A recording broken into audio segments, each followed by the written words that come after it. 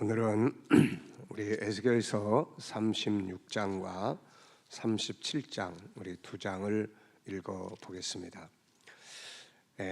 이 에스겔서는 크게 5파트로 이루어져 있습니다.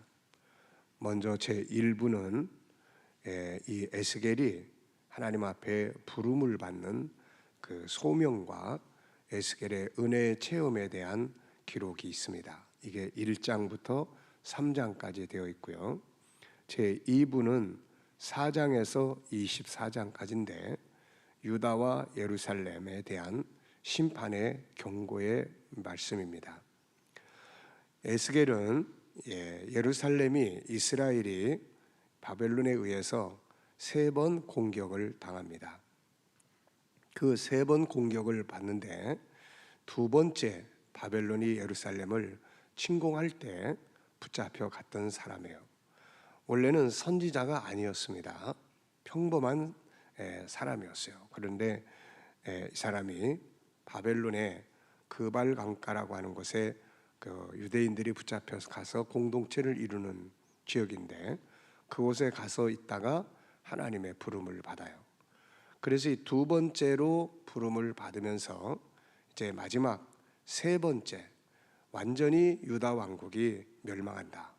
이것을 이제 예언하게 된 것이죠. 그래서 이스라엘 백성들에게 이제 회개를 촉구하게 된 겁니다. 그 내용이 4장부터 24장까지 기록이 돼 있어요. 그리고 이제 3부는 25장부터 32장까지인데 여기에서는 유다 왕국만이 아니라 이 세계가 결국 하나님의 심판을 받게 된다. 열국이 하나님의 심판을 받게 된다 하는 내용을 예언하고 있습니다. 그리고 이제 제4부에 들어와서 이제 세계로 멸망당해 가지고 흩어졌던 이스라엘 유대아 백성들이 다시 그 땅으로 돌아온다. 이것을 이제 33장부터 시작해 가지고 예언이 되어지고 있습니다. 33장부터 시작을 해서 이제 37장까지 이 내용이 이제 이루어지고 있어요. 그들이 돌아와 가지고 이제 돌아오게 되면 이제 큰 전쟁이 벌어지게 된다. 이제 이런 내용을 33장부터 39장까지 이야기를 하고 있습니다.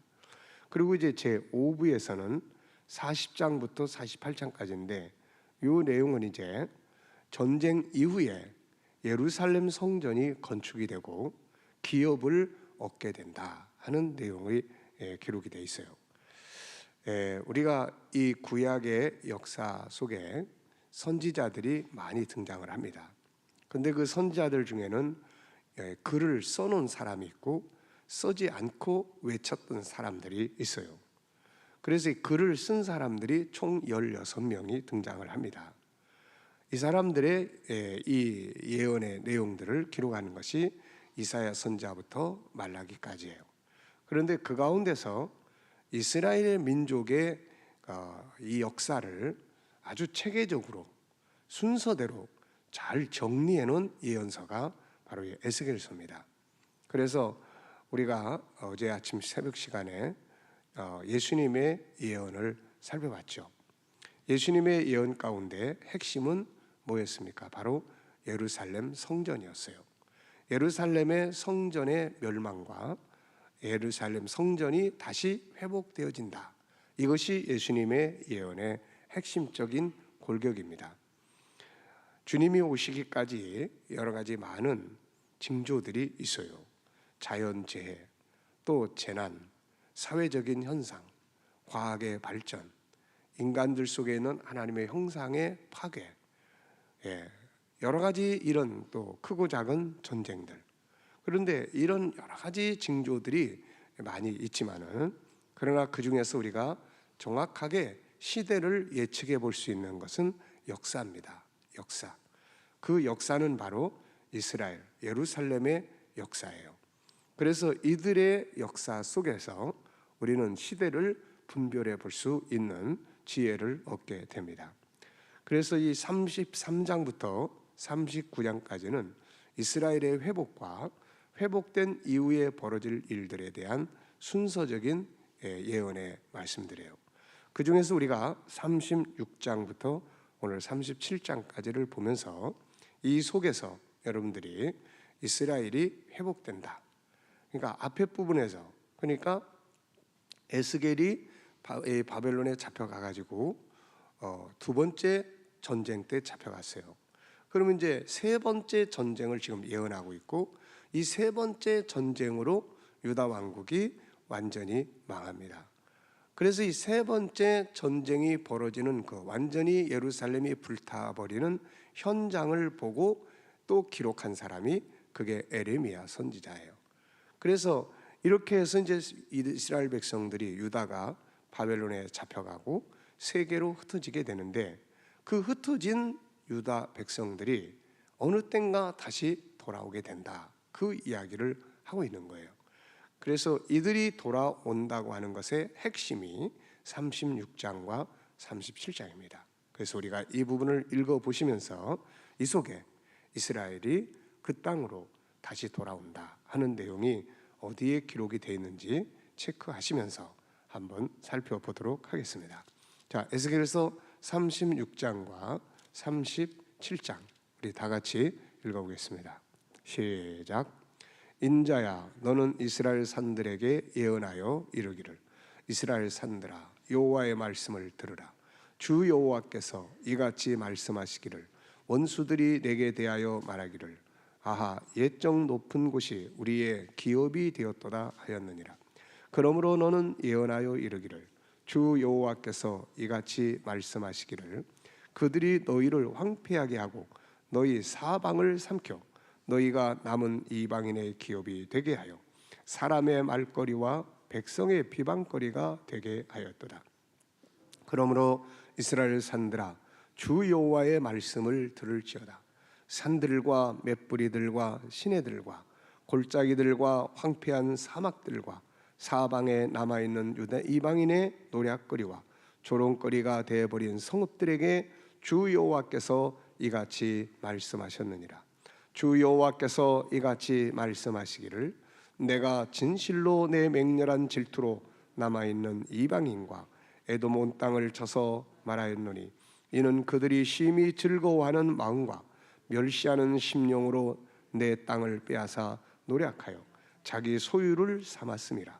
그러므로 너는 이스라엘 땅에 대하여 예언하되, 그 산들과 맷뿌리들과 시내들과 골짜기들에 관하여 이르기를, 주 여호와께서 이같이 말씀하시기를, 내가 내 질투와 내 분노로 말하였나니 이는 너희가 이방의 수치를 당하였음이라.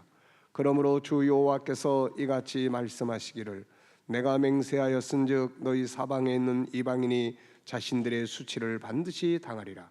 그러나 너희 이스라엘 산들아, 너희는 가지를 내고 내 백성 이스라엘을 위하여 열매를 맺으리니 그들이 올 때가 내 가까이 이르렀음이라. 내가 돌이켜 너희와 함께하리니 사람이 너희를 갈고 심을 것이며 내가 또 사람을 너희 위에 많게 하리니 이들은 이스라엘 온 족속이라. 그들을 성읍들에 거주하게 하며 빈 땅에 건축하게 하리라. 너희 위에 사람과 짐승을 많게 하되 그들의 수가 많고 번성하게 할 것이라. 너희 천전지대로 사람이 거주하게 하여 너희를 처음보다 낮게 대우하리니 내가 여호와인 줄을 너희가 알리라. 내가 사람을 너희 위에 다니게 하리니 그들은 내 백성 이스라엘이라. 그들은 너를 얻고 너는 그 기업이 되어 다시는 그들이 자식들을 잃어버리지 않게 하리라. 주 여호와께서 이같이 말씀하셨느니라.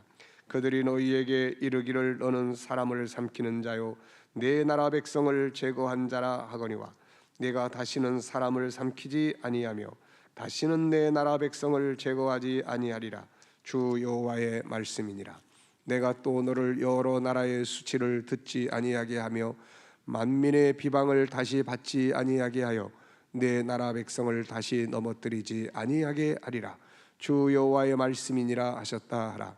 여호와의 말씀이 또 내게 임하여 이르시되, 인자야, 이스라엘 족속이 그들의 고국 땅에 거주할 때에 그들의 행위로 그 땅을 더럽혔나니 나 보기에 그 행위가 월경 중에 있는 여인의 부정함과 같았느니라.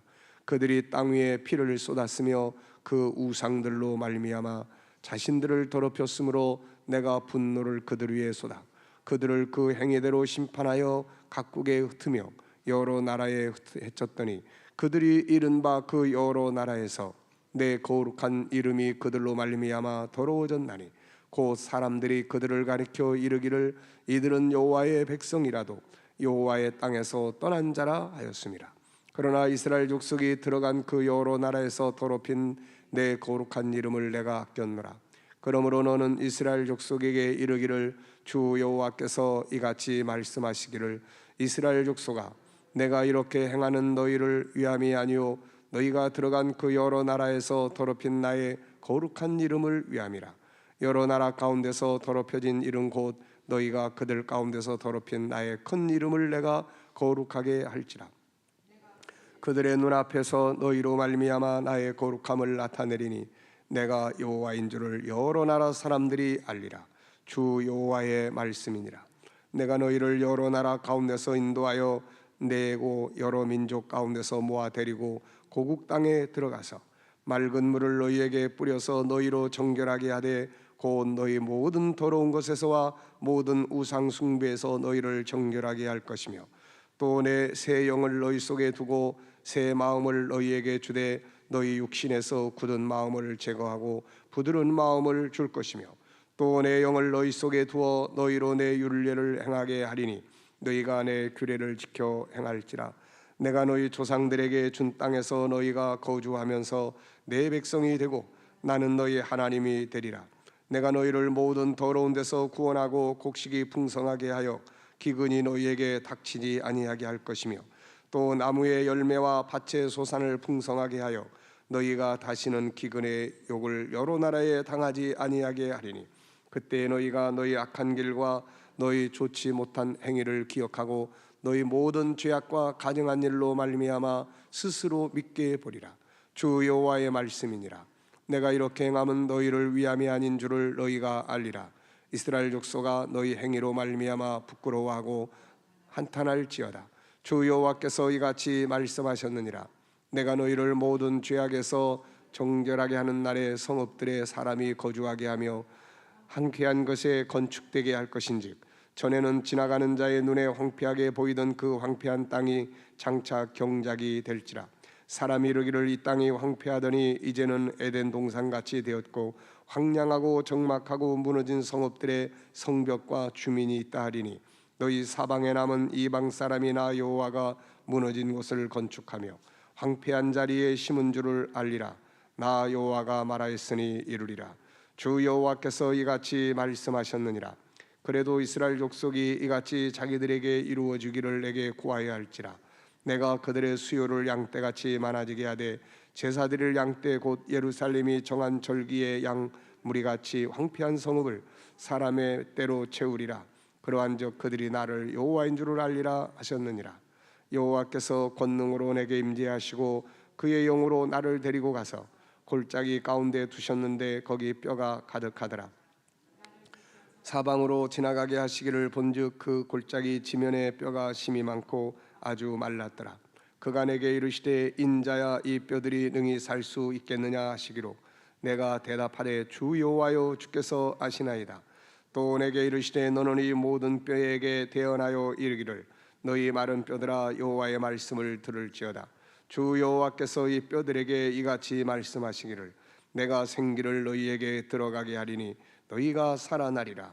너희 위에 힘줄을 두고 살을 입히고 가죽으로 덮고 너희 속에 생기를 넣으리니 너희가 살아나리라. 또 내가 여호와인 줄을 너희가 알리라 하셨다 하라. 이에 내가 명령을 따라 대언하니 대언할 때 소리가 나고 움직이며 이 뼈 저 뼈가 들어맞아 뼈들이 서로 연결되더라. 내가 또 보니 그 뼈에 힘줄이 생기고 살이 오르며 그 위에 가죽이 덮이나 그 속에 생기는 없더라. 또 내게 이르시되 인자야 너는 생기를 향하여 대언하라. 향기에게 대언하여 이르기를 주 여호와께서 이같이 말씀하시기를 생기야 사방에서부터 와서 이 죽음을 당한 자에게 불어서 살아나게 하라 하셨다 하라. 이에 내가 그 명령대로 대언하였더니 생기가 그들에게 들어가매 그들이 곧 살아나서 일어나 서는데 극히 큰 군대더라. 또 내게 이르시되 인자야 이 뼈들은 이스라엘 온 족속이라. 그들이 이르기를 우리의 뼈들이 말랐고 우리의 소망이 없어졌으니 우리는 다 멸절되었다 하느니라. 그러므로 너는 대언하여 그들에게 이르기를 주 여호와께서 이같이 말씀하시기를 내 백성들아 내가 너희 무덤을 열고 너희로 거기에서 나오게 하고 이스라엘 땅으로 들어가게 하리라. 내 백성들아 내가 너희 무덤을 열고 너희로 거기서 나오게 한즉 너희는 내가 여호와인 줄 알리라. 내가 또 내 영을 너희 속에 두어 너희가 살아나게 하고 내가 또 너희를 너희 고국 땅에 두리니 나 여호와가 이 일을 말하고 이룬 줄을 너희가 알리라. 여호와의 말씀이니라. 여호와의 말씀이 또 내게 임하여 이르시되 인자야 너는 막대기 하나를 가져다가 그 위에 유다와 그 짝 이스라엘 자손이라 쓰고 또 다른 막대기 하나를 가지고 그 위에 에브라임의 막대기 곧 요셉과 그 짝 이스라엘 온 족속이라 쓰고 그 막대기들을 서로 합하여 하나가 되게 하라. 둘이 하나가 되리라. 내 민족이 내게 말하여 이르기를 이것이 무슨 뜻인지 우리에게 말하지 아니하겠느냐 하거든 너는 곧 이르기를 주 여호와께서 이같이 말씀하시기를 네가 에브라임의 손에 있는 바 요셉과 그 짝 이스라엘 지파들의 막대기를 가져다가 유다의 막대기에 붙여서 한 막대기가 되게 한즉 내 손에서 하나가 되리라 하셨다 하고 너는 그거를 쓴 막대기들을 무리의 눈앞에서 손에 잡고 그들에게 이르기를 주 여호와께서 이같이 말씀하시기를 내가 이스라엘 자손을 잡혀간 여러 땅에서 인도하며 그 사방에서 모아서 그 고국 땅으로 돌아가게 하고 그 땅 이스라엘 모든 산에서 그들이 한 나라를 이루어서 한 임금이 모두 다스리게 하리니 그들이 다시는 두 민족이 되지 아니하며 두 나라로 나누어지지 아니할지라. 그들이 그 우상들과 간영한 물건들과 그 모든 죄악으로 더 이상 자신들을 더럽히지 아니하리라. 내가 그들을 그 범죄한 모든 처소에서 구원하여 정결하게 한즉 그들은 내 백성이 되고 나는 그들의 하나님이 되리라. 내 종 다윗이 그들의 왕이 되리니 그들 모두에게 목자가 있을 것이라. 그들이 내 규례를 준수하고 내 율례를 지켜 행하며 내가 내 종 야곱에게 준 땅 곧 그의 조상들이 거주하던 땅에 그들이 거주하되 그들과 그들에게 자손손이 영원히 거기에 거주할 것이요 내 종 다윗이 영원히 그들의 왕이 되리라. 내가 그들과 화평의 언약을 세워서 영원한 언약이 되게 하고 또 그들을 견고하고 번성하게 하며 내 성소를 그 가운데서 세워서 영원히 이르게 하리니 내 조소가 그들 가운데 있을 것이며 나는 그들의 하나님이 되고 그들은 내 백성이 되리라. 내 성소가 영원토록 그들 가운데 있으리니 내가 이스라엘을 거룩하게 하는 여호와인 줄을 열국이 알리라 하셨다 하라. 아멘. 할렐루야. 네. 자, 여러분들에게 나눠드린 예루살렘의 역사를 한번 보겠습니다. 자, 36장과 37장에서 다 회복에 대한 말씀인데요. 특별히 36장의 21절을 우리 보고 이제 자료를 보겠습니다. 자, 21절. 이스라엘 족속이 들어간 여러 나라에서 더럽힌 데에 거룩한 이름을 내가 꼈노라. 하나님께서 하나님의 이름을 위해서 그들을 돌아오게 하겠다는 말씀이에요. 그래서 24절에 보면 내가 너희를 여러 나라 가운데서 인도하여 내고 여러 민족 가운데서 모아내리고 고국 땅으로 들어가게 된다. 그리고 이제 37장은 이걸 더 아주 확실성 있게 보여주기 위해서 마른 뼈가 가득한 골짜기로 에스겔을 데려갑니다. 그곳에서 하나님께서 생기를 불어넣으셔서 그들이 다 마른 뼈가 되어버린 이 뼈들이 모여져서 큰 군대를 이루게 됩니다. 그런데 이제 11절에 보면은 이제 하나님께서 이 뼈들은 이스라엘 족속이라고 말씀하세요. 그래서 이들이 다 멸망되었던 것처럼 보였는데 그들이 12절에 보면은 그들이 무덤을 열고 다시 나오게 하고 이스라엘 땅으로 들어가게 하리라 이렇게 말씀하고 계세요. 그러면서 14절에는 이제 너희를 너희 고국 땅에 둘 것이다 이렇게 말씀하고 있습니다. 자, 이제 이런 내용들을 우리가 기억하시면서 그래서 이스라엘 백성들이 이제 흩어진 많은 곳에서 돌아오게 된다는 것을 에스겔은 예언하고 있습니다. 자, 그리고 이제 나눠드린 이 자료로 예루살렘의 중요성과 역사를 보시기 바랍니다. 이스라엘은 이제 아브라함으로부터 시작을 하죠. 우리가 이걸 이제 이해하려면 더 거슬러 올라가서 하나님께서 창세기 3장에서 메시아를 보내겠다, 이제 이렇게 약속을 하시죠. 구원자. 그러면 이제 이 구원자가 누구의 후손으로 올 거냐 해서 이제 창세기 이제 4장에서부터 아담, 그다음에 아벨이 순교하고 셋, 이렇게 흘러가면서 이 족보를 창세기 5장에 소개를 합니다. 우리 창세기 5장에서는 이 족보가 이제 아담으로부터 시작을 해서 노아까지 이르게 돼요. 그 노아, 그러면서 이제 거기서 다 이렇게 자꾸 구별을 해 가게 되죠. 그래서 이제 하나님께서 메시아를 보낼 민족을 이제 구별해 가기 시작을 합니다. 그래가지고 이제 이 족보를 노아까지 이제 말씀을 하시고, 그런 다음에 이제 이 창세기 이제 이 10장에서 노아 홍수 심판, 그리고 난 뒤에 이제 11장부터 시작을 하는데, 11장에는 이제 또 두 파트로 나누어지죠. 그래서 셈의 후손들을 소개를 하면서 거기서 누가 이제 등장을 하냐면 아브라함이라는 사람이 등장을 해요. 그리고 이제 창세기 12장부터는 본격적으로 이제 아브라함에게 이제 메시아의 예언을 하시게 됩니다. 그래서 이제 너에게 씨를 줄 것이다. 그리고 이제 너를 통해서 땅의 모든 민족이 구원을 받을 것이다 해서 인류 구원의 직접적인 민족으로 선택받은 것이 아브라함과 그의 자손들임을 알 수가 있습니다. 그래서 이 사람들이 이제 애굽에 내려가서 번성을 하고 가나안 땅에 들어가게 됩니다. 그런데 이제 가나안 땅에 들어가게 돼서 거기서 이제 이스라엘 백성들에게 하나님이 이제 언약을 맺죠. 정체성을 부여하고 너희를 불러낸 것은 제사장 나라를 세워주겠다. 너희가 이 땅에 들어가서 내 법을 잘 지키면 이렇게 살 거고, 내 법을 어기면 이 땅 백성을 쫓아낸 것처럼 너희도 그 땅에서 쫓겨날 거다. 이런 이제 약속을 맺습니다. 그래서 이제 레위기나 신명기나 이런 것을 보면 이 땅을 더럽힌 이 백성들이 쫓겨난 것처럼 너희도 이 땅에 들어가서 이 땅을 더럽히면은 다 쫓겨날 거다. 그래서 오늘 36장 17절도 보면은 그들이 고국 땅에 거할 때의 그들의 행위로 그 땅을 더럽혔다. 그래서 그들이 이제 쫓겨난 거예요. 그러면서 이제 이스라엘 백성들이 가나안 땅에 들어가게 되죠. 들어가서 이제 시대를 거쳐가면서 이제 사울에 의해서 나라가 설립이 되고, 이제 다윗에 의해서 이스라엘 왕국이 강성한 국가로 이제 자리를 잡습니다. 근데 이제 그 아들 솔로몬 시대에 솔로몬이 방탕하면서 나라가 두 조각이 났어요. 그래서 북쪽 이스라엘과 남쪽 유다 왕국으로 갈라졌고, 이런 과정에서 북쪽 이스라엘이 BC 722년에 아수르에 의해서 이제 망하고 세계로 흩어지게 됩니다.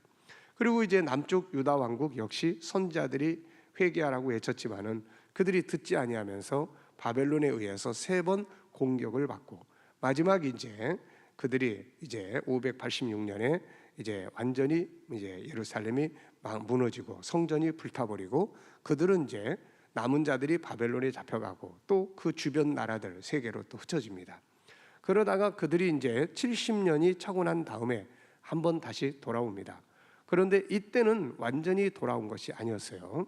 그리고 돌아왔지만 나라를 세우지 못하고 그때부터 흐지부지 해가지고 예수님 시대까지 오게 된 거예요. 그래서 이제 다만 돌아와 가지고 성전을 다시 건축을 하죠. 그래서 솔로몬이 지었던 성전이 무너졌는데 그 성전터에 제2의 성전을 짓습니다. 이것이 이제 에스라 이제 시대에 벌어졌던 이야기들이에요. 그런데 이제 예수님께서 그 성전이 다시 무너지고 그리고 이제 마지막 때에 이게 회복이 될 것이다, 이런 말씀을 이제 하시게 된 거죠. 그래서 이스라엘 백성들은 하나님 나라 복음 운동에 있어서 아주 중요한 역할을 하는 나라가 되어 있기 때문에 성경 속에 이 나라를 중심으로 한 역사의 흐름이 기록이 되고 있는 거예요. 그래서 우리가 이스라엘과 우리가 뭐 아무 상관없지만은, 그러나 하나님 나라 운동이라고 하는 틀 속에 들어가면 이스라엘을 알아야 하고 연구를 해야 되는 그런 관계에 있습니다. 자, 그래서 이제 이 예루살렘의 이제 역사를 우리가 한번 쭉 살펴보겠습니다. 이 역사의 출발점은 BC 2000년 아브라함이 가나안 땅으로 이주하면서 하나님께서 가나안 땅을 너희에게 주겠다, 이렇게 말씀을 하셨죠. 이때는 아브라함과 원주민들 사이에 갈등이 없었습니다. 그러다가 이제 아브라함이 나중에 이제 그 모리아산에서 제물을 드리는데, 이 모리아산이 바로 예루살렘이에요. 이 모리아산은 큰 덩어리예요. 그리고 거기에 이제 산 중턱에 예루살렘이 성전이 건축이 됩니다. 그래서 이때부터 이 모리아산을 예루살렘 혹은 시온산, 성산, 뭐 다양한 이름으로 부르기 시작을 했던 거죠. 그리고 이제 BC 1000년경에 다윗이 예루살렘 지역의 여부수 족속을 멸하고 빼앗습니다. 그리고 이제 이스라엘의 수도로 삼고 다윗성이라고 부르게 되죠. 그리고 이제 BC 960년에 솔로몬이 드디어 그곳에 모리아산에다가 성전을 짓습니다. 이게 이제 제1 예루살렘 성전이에요. 그리고 이제 BC 930년에 유다와 이스라엘이 갈라졌고 유다 왕국의 수도가 되죠. 그리고 722년에 북쪽 이스라엘이 아수르에 의해서 먼저 멸망을 당합니다. 자, BC 586년에 바벨론에 의해서 성전이 파괴가 됩니다. 그래서 솔로몬이 지은 성전이 불타버리게 돼요. 이때 성벽은 허물어져 버리고 이제 덤불더미가 된 거죠. 그러다가 이제 70년이 지난 538년에 이제 바벨론에서 70년의 유배 생활을 마친 유대인들이 돌아옵니다. 이때 처음에 돌아온 사람이 42,360명이라고 기록을 해놓고 있습니다. 그리고 이제 516년에 이 성전이 건축이 되었어요. 그러나 안타깝게도 나라가 세워지지는 않았죠.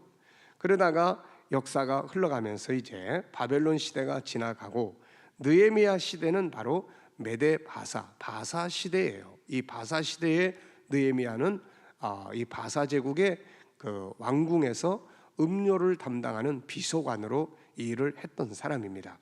이 사람이 이제 예루살렘 성벽을 다시 재건했고, 그리고 마침내 이제 역사가 바뀌면서 헬라 제국이 등장을 합니다.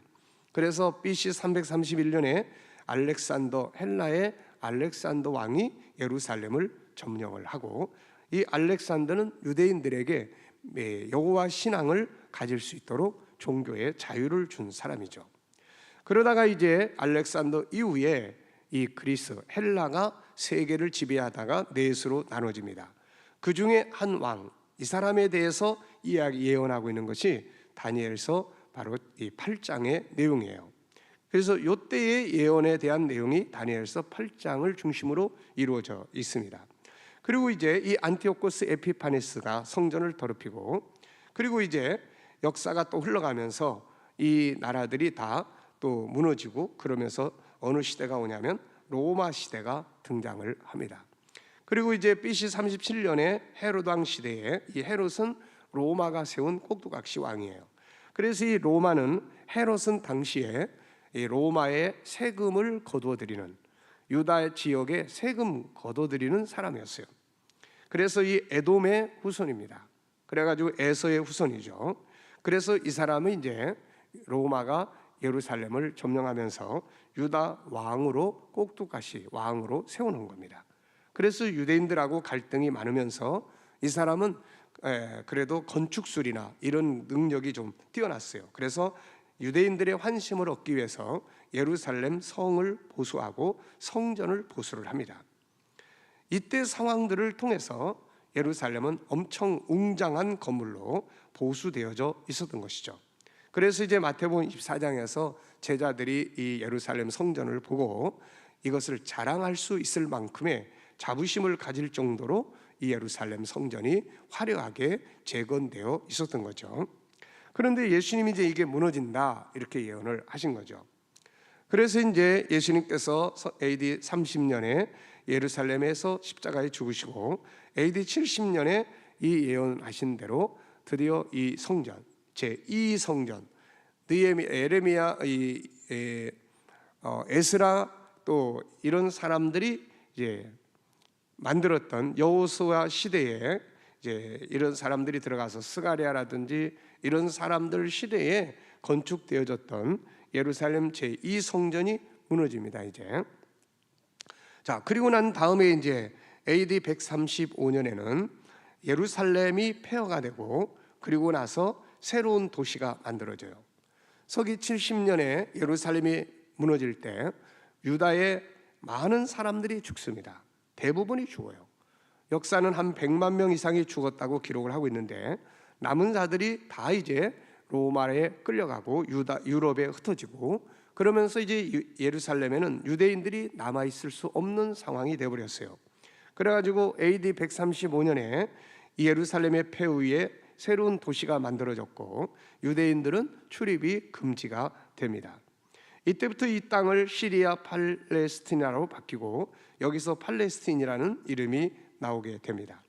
그리고 이제 이때 당시에 AD 600년대에 이제 새로운 거대한 종교가 하나 더 등장을 하죠. 그게 바로 이슬람이에요. 마호메트에 의해서 이슬람이 만들어지게 됩니다. 이때 당시에 어젯밤에도 잠깐 이야기했습니다마는 이 아랍, 사우디, 이 아랍 이쪽 지역은 다 부족 중심의 상태가 이루어져 있었어요. 그런데 이 모든 것들을 이 마호멧이 정치적 욕망을 가지고 통합을 시킵니다. 이 통합을 시키는 데 있어서 가장 중요한 것이 바로 종교였어요. 자기는 신으로부터 계시를 받았다고 하지만 우리가 객관적인 입장에서 이슬람을 연구해 보면은 당시에 이 아랍 지역에는 세 가지의 종교 형태가 흩어져 있었어요. 하나는 샤머니즘이 있고 또 하나는 기독교가 주변에 흩어져 있었고 세 번째는 유다 백성들이 율법 종교를 가지고 흩어져 있었어요. 그래서 이 이슬람은 이 세 가지를 다 통폐합시켜 놓은 겁니다. 그래서 그 속에는 예수님도 등장하고 또 율법 이 유대인들의 그런 이야기도 등장하고 아브라함으로부터 시작을 하게 되죠. 그래서 이제 통폐합되면서 이제 거대한 국가들이 탄생을 하기 시작을 한 겁니다. 석유의 등장으로 인해서 아랍 지역은 부자들이 되기 시작했고 오늘날에는 그야말로 세계의 제일 부자 지역이 바로 그 지역이고 그 지역을 통해서 세계가 우리나라 같은 경우도 경제적인 협력을 가지려고 애를 쓰고 있는 거죠. 그러면서 이제 이때 당시에 이제 이슬람이 지배하면서 AD 638년에 이 예루살렘을 점령을 하게 됩니다. 이 세력이. 그리고 나서 오마르라고 하는 해교 사원이 모리아산 정상에 있는 성전 자리에 세워져요. 이때부터 이슬람은 이 성전을 자기들의 제3의 성지라고 부릅니다. 마호멧이 처음 출발했던 지역이 사우디의 메카라는 곳입니다. 이슬람 사람들은 이곳을 순례를 해야 이 낙원에 들어간다는 개념을 가지고 있어요. 그래서 죽기 살기로 이 사우디의 메카를 순례를 합니다. 그리고 이제 이 마호메트가 거기에서 처음에는 실패하고 도망가가지고 이제 부자 과부를 만나서 드디어 성공적인 역사를 만든 곳이 바로 메카 메디나예요. 이 메디나라는 곳도 역시 사우디에 있는 곳입니다. 그리고 이제 제3의 성지로 예루살렘을 이들이 선택을 하고 이곳에다가 자기들의 성지를 세우는 거예요. 성전을. 이것이 오늘날 우리가 예루살렘의 사진을 보면은 황금 도움으로 보이는 이 건물이에요. 그래서 이 속에 이제 이것을 이제 이슬람 사람들도 아주 성지 중요하게 여깁니다. 절대적인 장소로 여기고 있고 어떤 기록에는 이곳에 마호메트가 재림할 것이다. 이렇게도 이야기를 하고 있는 거예요. 이러면서 이제 예루살렘을 중심으로 한 수많은 전쟁의 역사가 벌어집니다. 십자군 기독교인들은 이제 이 성지를 빼앗아야 된다 해가지고 십자군 전쟁을 일으키게 되었고 그래서 아랍에게 뺏겼다가 빼앗겼다가 그런 전쟁들이 계속 벌어지면서 이제 역사가 흘러갑니다. 그리고 이제 1517년에 이제 바로 오토만 터키의 시대가 도래하고 예루살렘이 이제 완전히 이제 이 이슬람의 이 오토만이라고 하는 이 족속에 의해서 지배를 당하게 돼요.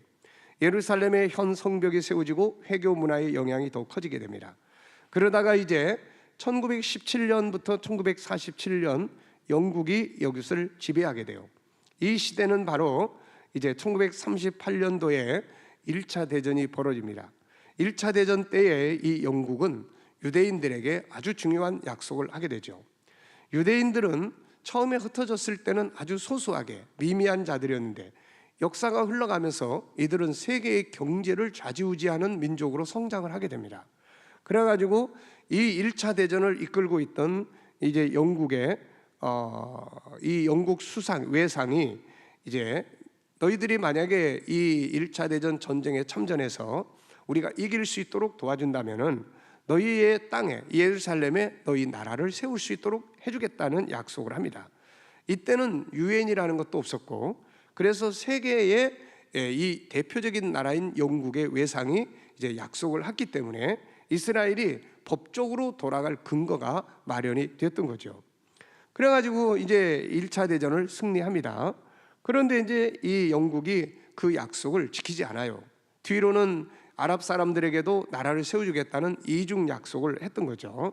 그래서 결국 이 신탁 통치를 영국이 하게 되고, 그러면서 이제 이 1948년에 이제 2차 대전이 끝나면서 2차 대전이 벌어지고 2차 대전이 끝나면서 이제 이 땅에 이제 독립이 오게 된 거죠. 영국의 위임 통치가 끝나고 이스라엘 정부는 이때 65만 명의 인구를 가진 이스라엘 국가를 공식적으로 선포를 합니다. 이때 이제 예루살렘 시는 서쪽은 이스라엘, 동쪽 자리는 요르단에 나누어진 상태로 있었어요. 지금 이때 당시에 이스라엘이 그 땅에 돌아오기 위해서, 그 땅에는 지금 팔레스틴 사람들이 살고 있었죠. 그러다 보니까 이들이 그 땅에 돌아오기 위해서 엄청난 학살이 벌어지게 됐던 거예요. 그러다 보니까 지금 팔레스틴 사람들이 이제 흩어져서 가나 지역이나 또 이 서예루살렘 쪽에 이렇게 흩어져 가지고 지금 살면서 끊임없는 예루살렘과의 이제 이 싸움이, 다툼이 계속되고 있는 거예요. 이런 역사적 배경 때문에 그러는 겁니다. 이런 와중에 1967년 6월 5일 날에 이제 10월 6일까지 6일 전쟁이 벌어집니다. 그래가지고 이 6일 전쟁을 통해서 이 요단강 서편 동예루살렘과 골란 고원을 다 빼앗게 되고, 이때 이스라엘은 AD 135년 이래 처음으로 옛날에 있었던 성읍 구예루살렘을 차지해요. 성전터를 차지하게 됩니다. 물론 그 성전터 가운데는 이슬람 사울이 버티고 있는 거죠. 네. 자, 그러면서 이제 1980년 이스라엘은 동서 예루살렘을 이스라엘의 영구한 수도로 아예 선언을 해버립니다. 이런 것들이 이제 이 팔레스틴과 예루살렘의 갈등의 소지가 되고 있는 거죠. 그리고 1995년은 바로 다윗 왕의 예루살렘 정복 3,000년 기념 행사를 이 사람들은 성대하게 치르게 됐던 거죠. 그래서 여기까지 이제 정리를 했습니다만은, 이후부터도 계속해서 이제 예루살렘은 갈등의 불씨가 되고 있는 거예요. 그런 차원에서 찰나에 지금 이제 하마스 팔레스타인의 이제 과격파 이들이 이제 예루살렘을 지금 이제 미사일을 쏘아대 가지고 새로운 또 긴장을 만들고 있는 겁니다. 그러면 이제 앞으로 이게 어떻게 돼 갈 거냐? 이 부분에 대해서는 내일 아침에 에스겔서 38장과 39장이 이 문제를 다루고 있습니다. 예수님은 예루살렘이 무너진다 이걸 예언하셨고, 그 다음에 다시 이게 회복된다. 그래서 마태복음 24장 15절에 다니엘이 말한 것처럼 예루살렘 거룩한 곳이 그곳에 바로 이제 마지막 적그리스도가 서게 되면 그때는 이제 환란이 오고 내가 오게 된다. 이 순서를 말씀을 해 주신 거예요. 그래서 우리가 이 먼 예루살렘과 여기는 한참 먼 동네죠. 그러나 그럼에도 불구하고 우리가 이 이스라엘과 예루살렘의 역사에 대해서 관심을 갖고 그쪽 지역이 앞으로 어떻게 움직여 갈 거냐 하는 문제들을 우리가 살펴보고 또 생각을 하면서 우리가 살아가야 되겠습니다. 그리고 이제 다니엘서 속에서 이 예루살렘에 관계된 내용은 바로 이제 다니엘서 9장에서 집중적으로 다루고 있고, 그리고 이제 11장, 12장에서 세계 역사 속에 큰 전쟁으로 치닫게 되는 요인이 바로 이 예루살렘에 있다 하는 사실을 보여주고 있습니다. 우리가 평안하게 살다가 평안함 속에서 예수님이 오시면 제일 좋겠지만, 주님이 오시는 마지막 시대는 역사가 펄펄 끓는 그런 진동하는 시대를 우리가 맞이하게 되는 거예요. 그래서 이런 속에서 과연 우리는 어떤 모습으로 믿음을 지키고 우리 자녀들을 양육하고 밀려오는 인본주의 세대 속에서 우리의 영혼을 잃어버리지 않고 지켜갈 수 있을 것인지에 대해서 항상 긴장하고 또 기도하면서 무장하고 훈련하면서 살아가야 되는 것입니다. 자, 내일